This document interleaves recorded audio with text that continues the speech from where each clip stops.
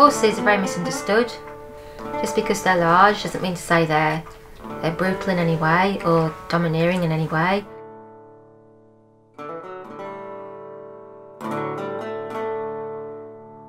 For me, my true belief, people are cruel to anyone, be it another human, a child, an animal, because for me I think they're broken themselves. So that anxiety, that anger, that pain is going to manifest in a certain way. For some people they may turn to drugs, for some people they're cruel to animals.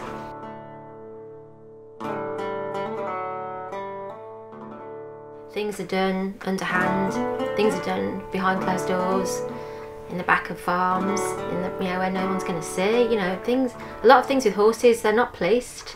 A lot of things happen behind the scenes of, dare I say, race yards and farmlands and where people don't ever see. I had a phone call a couple of weeks before Christmas last year, which was 2013.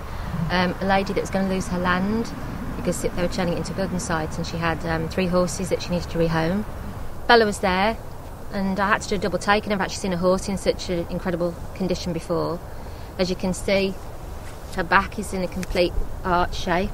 She said that she'd come from Ireland and she'd been used for many, many years as a breeding mare, and she'd had foal after foal after foal and had no chance to ever recover. So she had no rest in between, and her body had just completely given way. And unfortunately, the lady said she'd never seen a vet and she'd never been on any painkillers. And that concerned me straight away. And then Bella came over to me and she just looked straight into my soul. It's very difficult to explain. I always feel quite emotional. And she looked straight into me, and she asked me to help her. And even if you don't believe in animal communication, the feel of that horse's energy was one of desperation. When I left, I went home. I couldn't actually sleep for 3 nights. Every time I closed my eyes, I just saw Bella's face and the pain she was in. So I spoke to my other helpers at the rescue and said, I think there's 3 horses we need to take in for Christmas.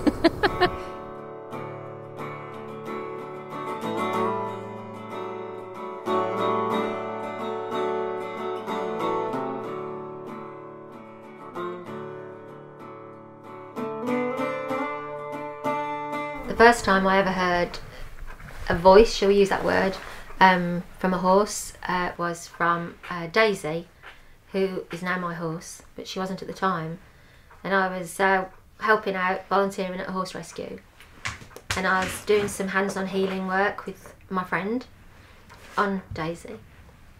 And as I stroked her, I had an overwhelming feeling of sadness, and my friend did as well, quite a lot of emotion coming from her.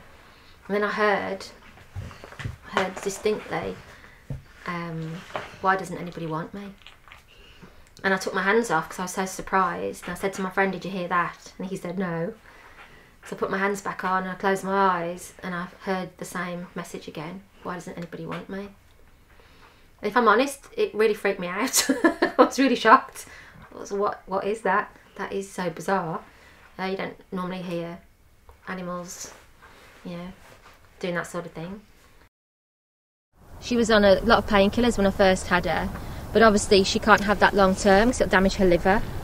So we've looked at complementary and alternative ways of working with herbal medicine and homeopathy to help with her pain, which we've been doing for a year now. And she's off the pain relief now, she's fine. She's had a lot of hands-on healing. She's had Bowen therapy as well, and she's had massages. When she had the massage, she fell asleep, and it was quite emotional because I felt that nobody had actually ever touched her like that before, with love. And it was quite an emotional experience because we could all feel that she'd never received that kindness in her life. Reiki is a therapy where you use your hands to rebalance energy and put the personal, the animal, into a place of balance on a physical level, mental level, emotional level, or spiritual level. I got into it personally because about 15 years ago I was incredibly poorly, and now I'm never ill. I'm a very sporty, outgoing person, and I was incredibly ill physically. The doctor said they could do nothing for me. I'd just have to ride with it, and I'd have it all my life, and it just kept coming back and blah blah blah. And a friend of mine told me that he did this thing called Reiki, which I'd never heard of.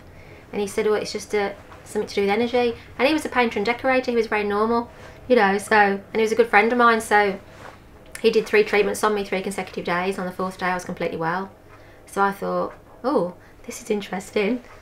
So I got myself off to the Reiki school in Manchester, and I learnt it myself 3 years, dedicated 3 years of my life to learning it, because I didn't want to be well, didn't want to be poorly again. I wanted to be well, and also I wanted to help others with it. With Bailey, he was one of the original horses that I rescued back in 2008. He's what we call a healing horse, because whenever you're around him, you always feel so much better, so much more calm and relaxed. So he's a very special individual. A few months ago, he had a freak accident where he actually kicked the back of his own foot with his hoof, and on the back of his foot was a very sort of tender, fleshy area, and there was a hole that appeared. When we got the vet out, the vet said that unfortunately he'd had a serious injury to his tendon, so he'd have to be put to sleep because it was such a bad hole it would never ever recover. And that wasn't really an option for me to consider putting him to sleep just because he had an injury. So I had a second vet have a look at it who said the same thing. And then the third vet I saw, because he said the same, but third vet said that it was a really serious injury and he didn't think that the horse would survive. So there was no way I could let Bailey go. So I said to the third vet, well, can you tell me, you know, let's put to one side the fact you want to put him to sleep. Can you tell me, does he have any remote chance of survival? And after consideration, he said to me he had 1% chance of survival. So I jumped in and said, I'll take that 1% and I'll work with it, because I felt in my heart that Bailey didn't want to go, that Bailey wanted to stay here, and he had a lot more work to do, a lot more happy adventures to have. So I felt I had to speak up on behalf of Bailey to the vet, because I didn't want Bailey to be put to sleep, and I didn't feel that he would die. I felt he would recover. So for the next 2 weeks, every single day, the vet had to come out and sedate him, flush out the wound. We did all our own stuff as well, with herbal remedies and homeopathy and supplements we were giving him. We were giving him daily Reiki. I had lots of my friends up here literally putting their hands on him every single day.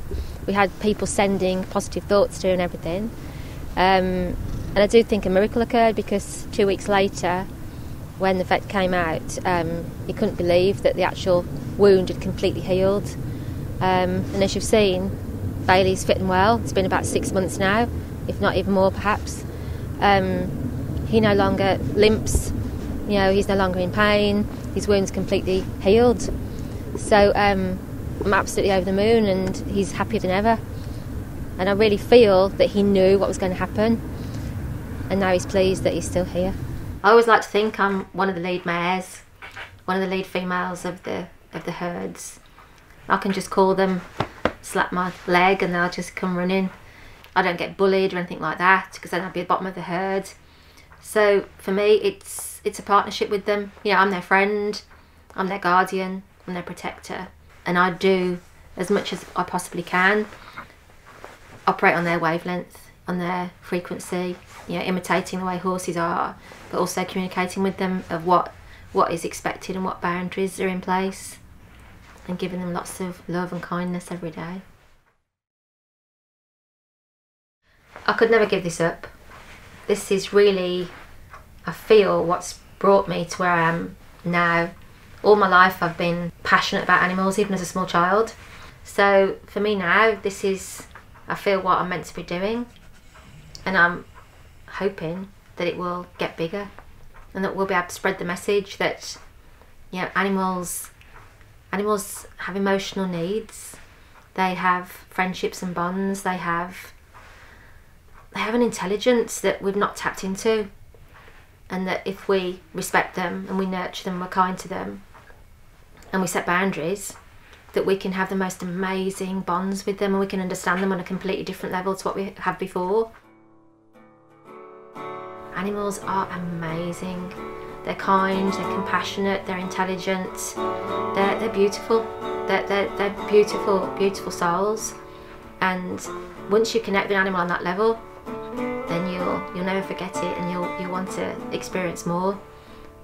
And I've had the honour of doing that, so there's no way that I could ever give that up.